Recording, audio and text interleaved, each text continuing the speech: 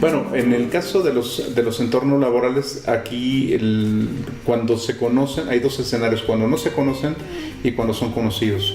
Cuando no se conocen o no se detecta o no se dice en los expedientes laborales, en los CVs, que se tiene esta enfermedad, casi siempre la persona que labora lucha contra los propios estereotipos que marca la empresa, que tiene que ser colaborativo, optimista, etcétera, etcétera, etcétera, y eso lo coloca contra la pared, porque entonces acaba siendo un personaje problemático para la propia organización y por lo tanto no es colaborativo y está expuesto constantemente.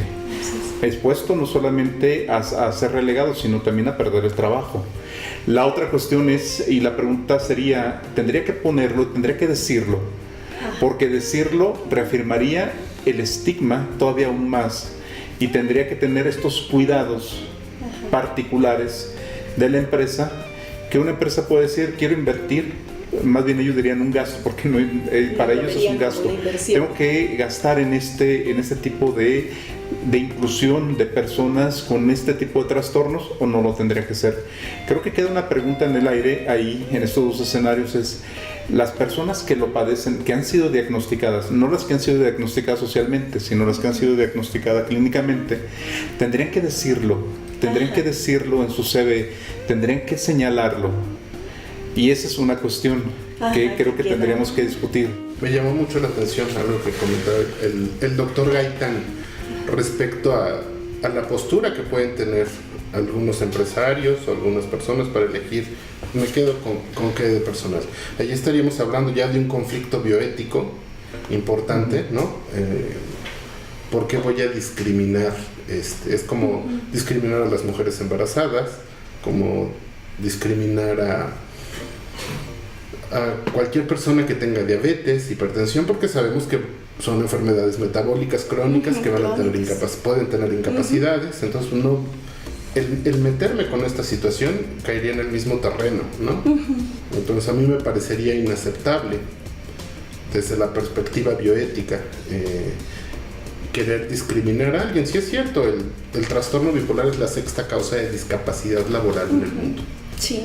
Entonces, sí va a haber una situación ahí, pero bueno, hay otras causas de discapacidad laboral y no andamos investigando cuáles son esas causas. Y además, bueno, el porcentaje puede ser muy alto. El número 1 de la discapacidad laboral en el mundo actualmente es la depresión. Y tiene una prevalencia del 10%. No vamos a discriminar al 10% de la población para contratarla por una cuestión de trastorno mental. Entonces, ojalá no lleguemos a esa situación, ¿no? Yo creo que tendríamos que pelear por los que de alguna forma estamos interactuando con esto para remarcar y meter al diálogo y que no haya un problema bioético de esta naturaleza. Así es. Creo que ahí se confrontan dos: el problema bioético, esta parte de la discriminación, con el tema de la eficiencia económica y la productividad económica. Claro. Es decir, los empresarios te pueden decir discurso bioético, pero buscan la eficiencia y antes de contratar a veces piden ese tipo de cosas. Creo que es una batalla y visibilizarlo implica también hacer evidente este tipo de compromisos. Así es. Pero en la lógica empresarial es fundamentalmente eso, o sea, lo que quiero es personal que me dé rendimiento y que no tenga que lidiar con ellos. Esa es la perspectiva de muchos empresarios. Sí, y es que sí es un hecho. Por ejemplo, en las solicitudes de empleo viene una parte, ya no dice si estás embarazada o no, en el caso de las mujeres.